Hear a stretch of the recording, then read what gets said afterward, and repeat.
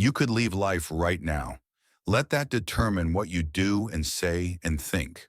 Marcus Aurelius, we love deeply, we hold tightly, to people, to memories, to the idea that things will stay the way they are. But life doesn't work that way. And Marcus Aurelius, emperor, philosopher, and perhaps one of the most grounded men to ever live, warned us of this. He didn't say it to be cruel. He said it to set us free. This is why you must let go of everything you love. We say things like my partner, my goals, my time, but those words lie because nothing we cling to truly belongs to us. Not people, not moments, not even this breath you're taking. Marcus saw it clearly. He watched his children die. He buried friends. He ruled an empire that constantly rebelled. Yet through all that, he refused to claim ownership of what he could never control. Soon you will have forgotten everything. Soon everybody will have forgotten you. He wasn't being dramatic. He was being honest. You may love someone with your entire being, but they are not yours. You may build something incredible, but time will take it. You may cherish a moment, but it will pass before you realize it even arrived. The mistake isn't in loving, it's in clinging. It's in believing we can freeze life and keep it from moving. But what if letting go is actually the highest form of love? There's a phrase in Stoic philosophy, Amor Fati, love of fate, not just acceptance of what happens, but love for it, even when it burns, even when it breaks your heart.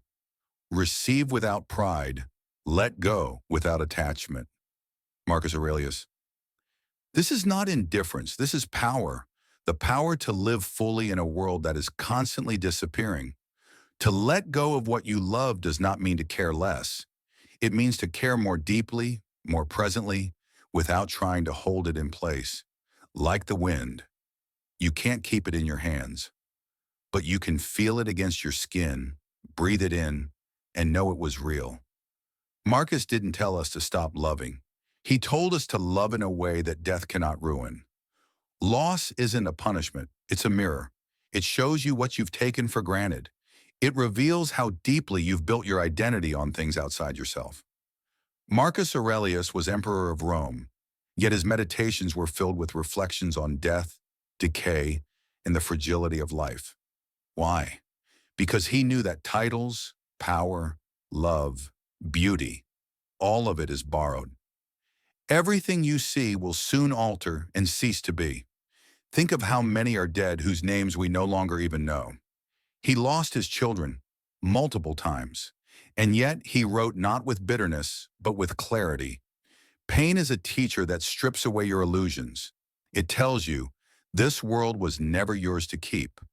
And the more you accept that, the less it hurts, because the pain comes not from loss, but from the refusal to let go.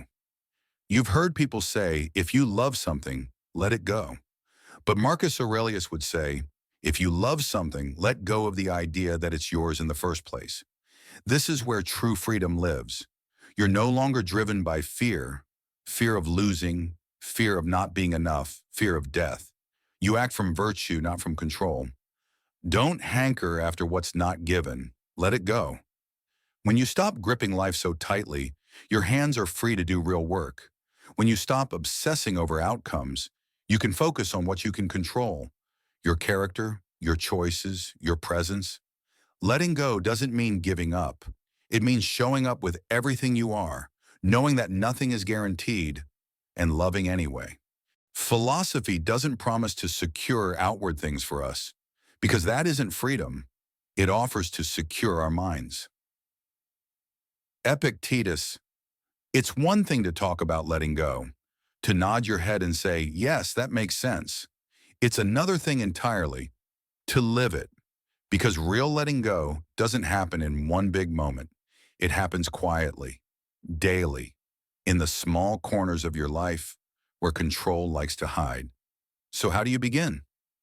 1. In relationships. Start here because this is where we grip the tightest. You don't own anyone, not their time, not their emotions, not even their promises. When you expect people to stay the same, to never disappoint you, to fulfill a role in your mental movie, you set yourself up to suffer. Letting go in love means giving space for others to grow, to change, to leave, to return.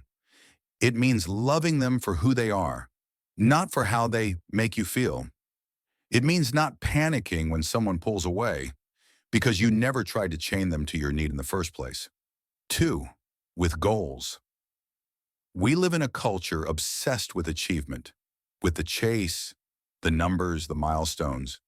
But Marcus Aurelius reminds us, success is not up to you, effort is. Do what you can fully, but don't attach your worth to the outcome.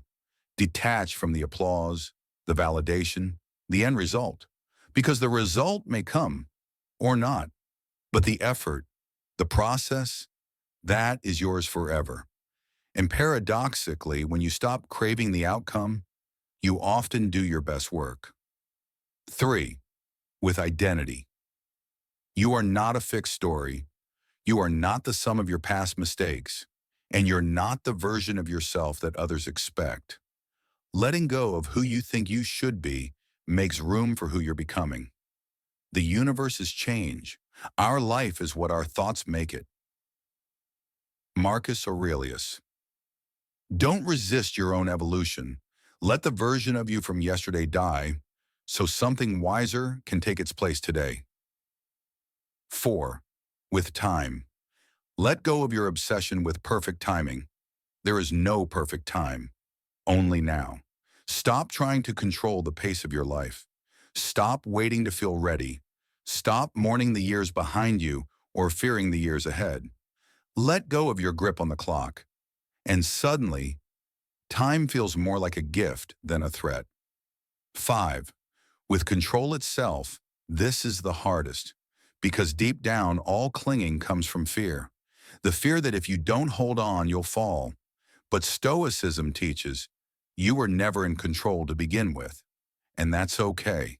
Let go of the illusion, and you begin to act from courage instead of fear, from truth instead of ego. Letting go is a practice, a lifestyle, a quiet rebellion against everything society has taught you about ownership, permanence, and security. And it's not about detachment that numbs you. It's about detachment that frees you to love more deeply, to act more bravely, to live more presently. Now take a breath. Let this sink in, because here's the truth you've been avoiding. You're going to lose everything and everyone, one by one, slowly or suddenly. You will say goodbye to your parents, to your friends, to the love of your life, to yourself. This is not tragedy. This is what makes life sacred. Because if nothing could be lost, then nothing would matter. It is precisely because everything slips through your fingers that it's worth holding, gently, while it's here. So don't run from this truth. Let it soften you. Let it clarify your vision.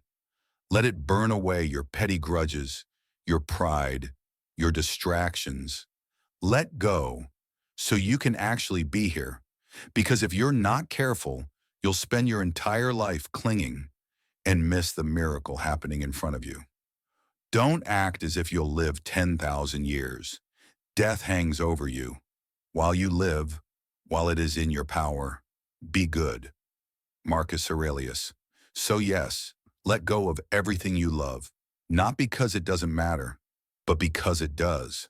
Because if you don't, you'll miss it, and you won't get a second chance.